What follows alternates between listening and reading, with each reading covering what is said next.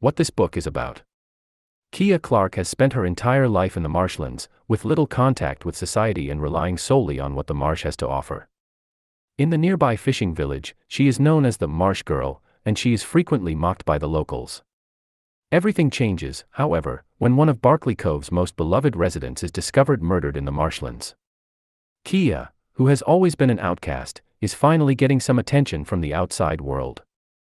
We will provide a chronological summary of the novel's two main plotlines, the murder investigation in 1969 and Kia's life beginning in 1946, in this summary of Delia Owens's Where the Crawdads Sing. By the end, we will have examined the book's impact since its publication. Chapter 1, Childhood. Most people mistake North Carolina's coastal marshlands for an inhospitable swamp. However, if one looks closely, one will notice that the area is teeming with a diverse array of aquatic life, including crayfish, crabs, mussels, oysters, shrimp, and hundreds of fish species, making it a potential source of food for those who know how to fish. Kia Clark's parents, both from wealthy Southern families who met and fell in love in New Orleans, had no intention of staying in the North Carolina marshes for long. Unfortunately, the Great Depression caused the loss of their family's farmhouse and, as a result, their inability to make ends meet. Furthermore, Kia's father returned from World War II with a severe injury, traumatic memories, and a reliance on alcohol to cope. The term kids refers to children under the age of 18. Pa's drinking habits and temper worsened after Kia was born in 1946. His words were insufficient, and his hands or belt began to speak for him. The violence continued until one sunny morning in 1952, when Ma left in her best outfit and shoes, never to return. Josie assured Kia that Ma would return, but they both knew she was lying. Without Ma, the family was shattered. Kia's sisters were the first to leave, followed by Josie.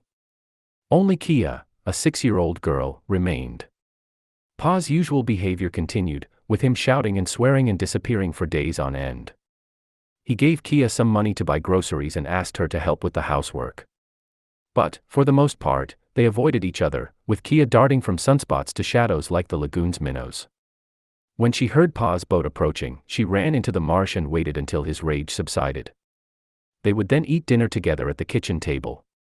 When Kia turned 7, the Barkley Cove School sent case workers to pick up the Marsh children and enroll them in school. But the experience was humiliating for Kia. She went to class barefoot because she didn't have any shoes, and the teacher asked her to spell dog. When she stuttered and spelled God instead, her classmates laughed. Kia never went back to that school. Kia learned about the natural world from the marshes and her father, Pa, despite her lack of formal education. Pa didn't intentionally teach her, but it was impossible to be around him and not learn something. He was well versed in the marsh and taught Kia how to hunt, fish, scavenge, and set traps. Kia's natural curiosity led her to ask Pa questions about everything from bird mating rituals to weather patterns and riptides. For a time, Kia believed that everything was fine in the world.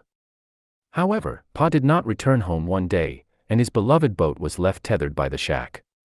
Kia knew he wouldn't return, and he was gone for good.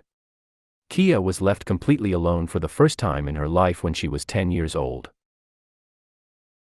Despite the overwhelming sense of loneliness and grief that threatened to consume her, the pressing needs of survival and hunger forced her to act. Kia was unfamiliar with Barkley Cove, her small town, and had only briefly interacted with its shopkeepers to purchase cornmeal. She kept her distance from the locals, watching the children play on the beaches from a safe distance. However, now that Pa was gone, she knew she needed to start interacting with the town and its people in order to survive. Barkley Cove was a small fishing village where almost everyone owned a boat. They all refueled at a bait and tackle shop in the lagoon. Kia remembered the shop from her fishing trips with Pa, and she remembered it selling bags of black mussels from the lagoon. With no other way to earn money to buy food, Kia approached the owner, a man named Jumpin, and asked if he would buy the mussels she had collected. Jumpin stated that he would buy them from the first person to arrive in the morning. Kia began collecting mussels by moonlight in order to beat the other pickers to the shop. The mussel money, while not much, was more reliable than the checks Pa used to give her. Chapter 2, Love. Kia was 14 years old in 1960, with a tall, slender frame and long dark hair. She was still filled with wonder and could draw almost anything, despite the fact that she couldn't read or write. In the evenings, she used her mother's old watercolors to paint the things she had seen that day, which she displayed on the walls alongside her collection of feathers and shells. The same can be said for the rest of the world, including the United Nations. Kia initially avoided him, unsure of what he desired. Tate couldn't fully explain what had brought him there when they finally spoke, but he offered to help Kia learn to read and write. Despite not understanding why, Kia accepted his offer. Kia's journey to literacy began with Tate's offer to teach her how to read and write. She gradually began to explore her mother's books and label her collections as she gained confidence in her abilities.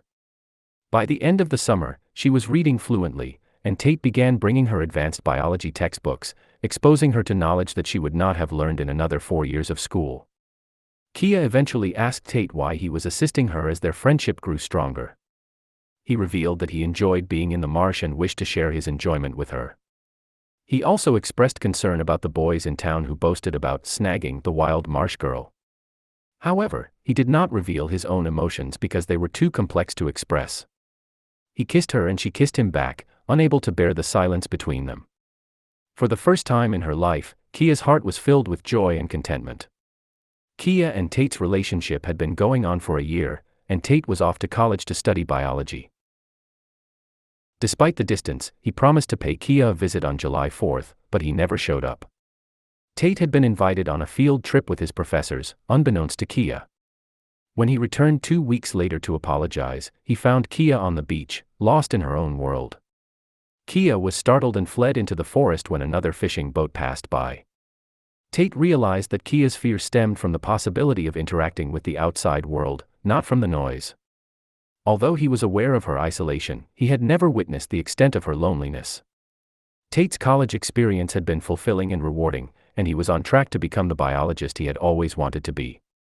However, he realized that Kia, who belonged to the marsh, would not be a part of his new life. Despite his disappointment, he couldn't bear saying goodbye to her, which he later regretted. As a result, Kia withdrew and didn't speak to anyone except Jumpin.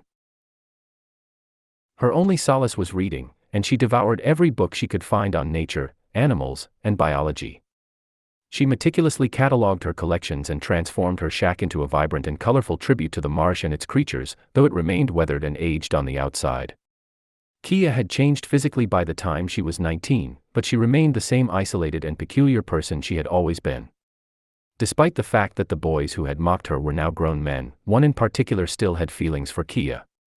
Chase Andrews was a popular athlete and Barkley's pride before being abandoned in his hometown with no prospects other than inheriting his family's auto repair shop. With his only remaining assets being his good looks and manipulative ways with women, he spotted Kia during one of her infrequent visits to town in 1965. Kia agreed to go on a picnic with Chase Andrews, Barkley's most popular boy, who asked her out after seeing her in town. Though she was physically attracted to him, Kia was also drawn to the way he made her feel as if she didn't have to be alone any longer.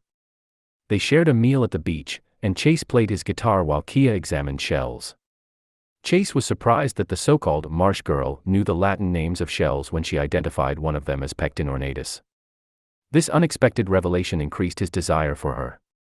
Chase invited Kia to a picnic, which she accepted not only because he was physically attractive, but also because she felt he belonged in the real world and could end her loneliness.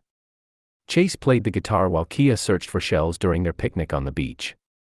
He was surprised when she identified the Latin name of a shell, Pecten ornatus, and it made him want her more. He took her to a fire tower in the forest, where she saw the marsh for the first time in its entirety. They eventually got together, and Chase talked about marriage and their future together. He always found reasons to introduce Kia to his friends. They stayed at a rundown motel one night, and Kia later saw an engagement announcement in the newspaper, but it wasn't with Chase. He was getting married to his high school sweetheart, so Kia went back to her solitude, vowing never to speak to Chase again. Chapter 3: The Death. The word on the street is that there is no such thing as a free lunch. He had to pick between Kia and everything else in his life, and he went with the latter. Tate, however, had the opportunity to change that equation after graduating from graduate school in 1966.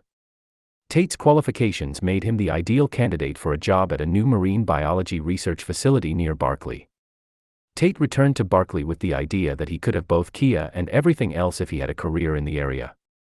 He apologized and begged Kia's forgiveness, but she was still hurt and unwilling to accept him back into her life. However, they still shared a love for the marsh, and that brought them together again.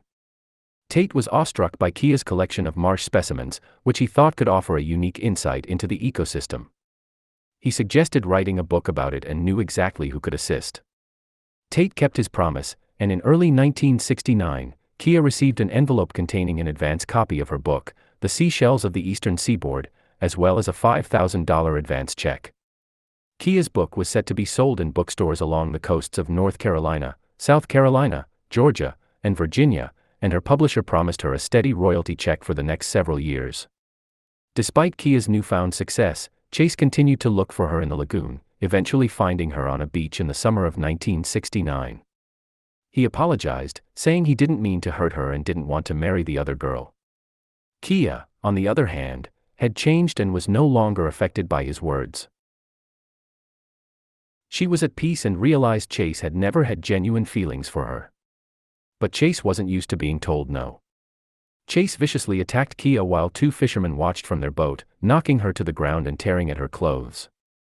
Kia struck him with a rock in a quick and self-protective move, causing him to cry out in pain. Kia ran away from the scene and into the woods, leaving Chase to yell and swear on the beach. Kia was well acquainted with the type of man who required the last word or a violent outburst, as she had witnessed this behavior from her father in the past. As a result, Kia knew it was only a matter of time before Chase pursued her. Kia, on the other hand, had a fortunate opportunity to escape town for a few days when she received an invitation from her new publisher to meet in Greenville, which was about an hour and a half away from Barkley. Kia took a bus from downtown Barkley to Greenville on October 29, 1969, to meet with her publisher. The town was buzzing with gossip when Kia returned to Barkley Cove 2 days after leaving to meet with her new publisher. A dead body had been discovered in the marsh, and it was none other than Chase Andrews.